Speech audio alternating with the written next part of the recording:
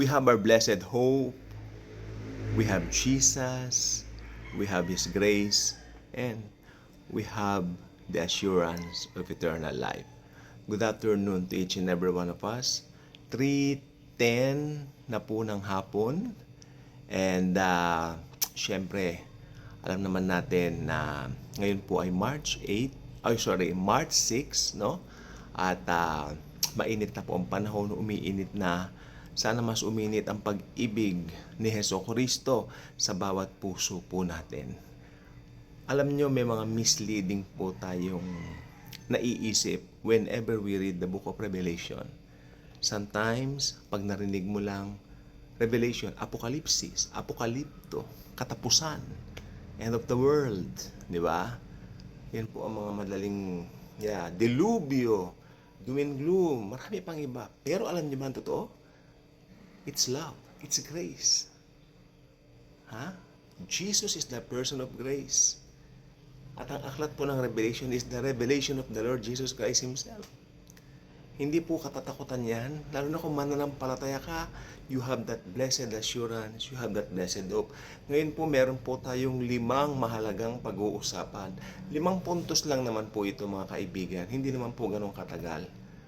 Doon sana ako sa likod bahay magre-record nito, pero alam nyo, mainit po doon. So I suggest sa sarili ko, dito na lang sa loob. No? At least, wala pang ingay. Then I found out, maingay pala doon, may nagpa-practice ng programs or something. I don't know. Okay, ito po yung 5 punto po natin ngayon. Number 1, Jesus want us to know that He will come anytime to get us. Hindi ba kayo na-excite to meet Jesus, the Lord Jesus Christ? To meet Him for the very first time, face to face? You will be able to embrace Him and He will embrace you too. Magkwekwentuhan kayo, no? Mag-uusap kayo, makikilala natin siya. Kilala natin siya, pero what time makikita natin siya ng mukhaan for the very first time. Kasi, Jesus want us to know that He loves us. That's why one day, He will come to get us. No? Dahil gusto niya kung saan siya nandoon din po tayo. Ayaw niya magkahiwalay-hiwalay pa tayo. At hindi niya hahayaan ng kanyang mga anak mag-undergo ng 7 taon ng tribulasyon. Because He's the God of love. He's the God of grace. Not until alam mo yan, ikaw ay hindi lalaya. Pero kung alam mo yan, perfect. Freedom coming from the Lord Jesus Christ. Number 2, ito, mahalaga po ito. Sana wag natin kakalimutan itong number 2, no? We have a blessed hope in Jesus. Alam ninyo, may kantang blessed assurance. Pero yung binabanggit na blessed hope dito, alam nyo kung ano yon? Rapture of the church. Bakit ngayon maraming church, hindi nila ipinipreach ang end times? Hindi nila ipinipreach ang rapture. Alam mo, sabi ng isa nakausap ko, baka raw maguluhan yung mga tao, matakot. Well, meron silang kakaibang kaisipan tungkol sa end times o sa eschatology. Hindi po ganon. Sapagkat ang rapture ay blessed hope. Ito ay isang kapanapanabik na araw. We know na alam natin anytime mangyayari. Imminent. Walang senyales, walang signs. Ang maraming signs, second coming. Walang signs si rapture. Kaya ito po ay blessed hope. Hindi katatakutan, hindi po siya parang multo or something na parang horror. Hindi po. Okay? So may dalawang phase po ang pagcoming ni Jesus dito sa lupa. Una, hindi tatapak yung kanyang paa. Ito po yung rapture. Sapagkat tayo, He will caught us up, then we will meet Him in the air. Nakasuspend lang yung paa niya doon sa ulap. At paglapit natin sa Kanya, isasara niya na yung langit at maiiwan yung mga naiwan dito. Magti-tribulation na po ng 7 taon. Pero after ng 7 taon ng tribulation, ito na po yun. Second coming. Jesus is coming again to the world. Una, yung sa rapture, Jesus comes. He comes to get His church. Sa second coming, Jesus will come again with His church. Di ba? Jesus is coming for His believers sa rapture. Then Jesus is coming again with His believers. Kasama na tayo. Because itatatag niya na ang kanyang 1,000-year millennial reign sa mundo. Napakapayapang taon. Napakapayapang mga taon. 1,000 years na kapayapaan. I'm so excited. Hindi ba kayo na-excite sa rapture? Okay? It's very exciting. Something like, kapag kami mga problema ka and all that, you know what? Maisip mo lang yun, may blessed hope naman.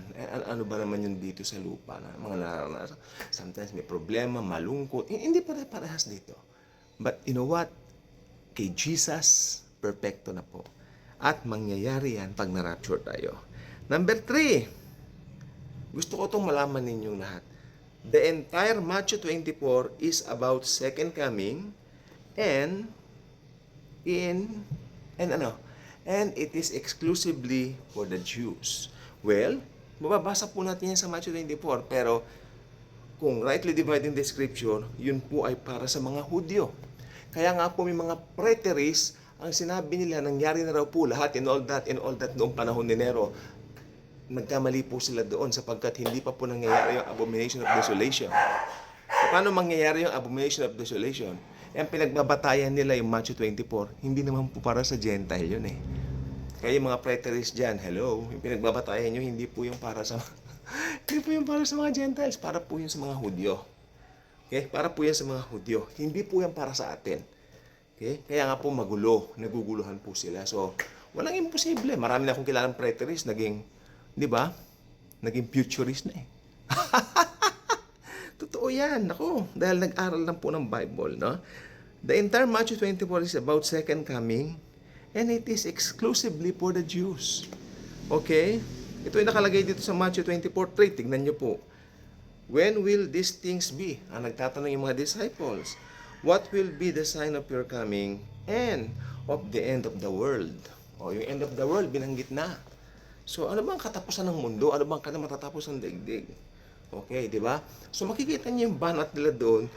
Meron silang mindset na end of the world. Ibig sabihin, pag end of the world, katapusan ng daigdig, ito po yung tinatawag na second coming. Hindi po yan yung rapture. Walang alam yung mga disciple during this time, during the rapture. Okay, wala silang alam.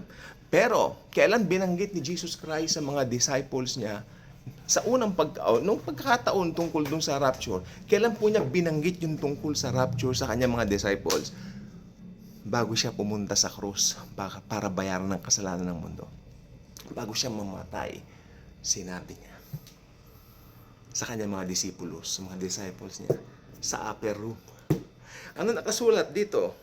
Nasa upper room niya sinabi ito. In the upper room, before he went to the cross, he says very important. He says very important about the church. Ano ito? Excited na ba kayo? Mga Bibles, buksan natin sa John chapter 14, verses 1 to 3. John chapter 14, verses 1 to 3. Sige, basahin po natin, no? Let not your heart be troubled. You believe in God, believe also in me. In my Father's house are many mansions. Hindi po kubo, mansions po. Sa tahanan ng aking ama, sabi niya, maraming mansyon.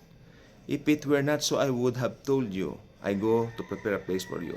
If I go and prepare a place for you, I will come again and receive you to myself, that where I am, there you may be also. Kung saan ako, doon kayo forever. Kaya nga po, Jesus is faithful to all His promises. Revelation 22:7, Behold, I am coming quickly. Blessed is he who keeps the words of the prophecy of this book. Kaya yung mga iba ayaw mag-aral ng Revelation, paano yung sinabi ni Jesus? Na mapalad ang mga nag-aaral ng aklat na ito. Ayun po yung aklat ng Book of Revelation. Mapalad ka pag pinag-aaralan mo ito. Kapagkat magkakaroon ka ng kaalaman na ito ay blessed hope. At ito ay hindi horror, ito ay hindi katatakutan. At ito ang isa sa pinananabikan ng isang totoong mananampalataya. Ka-good vibes ka na ba? Kung hindi pa, ay inaanyahan kita maging ka-good vibes. Click the subscribe button, share this video, share the love of Jesus. Thank you po sa ating lahat. God bless. We are already blessed, by the way.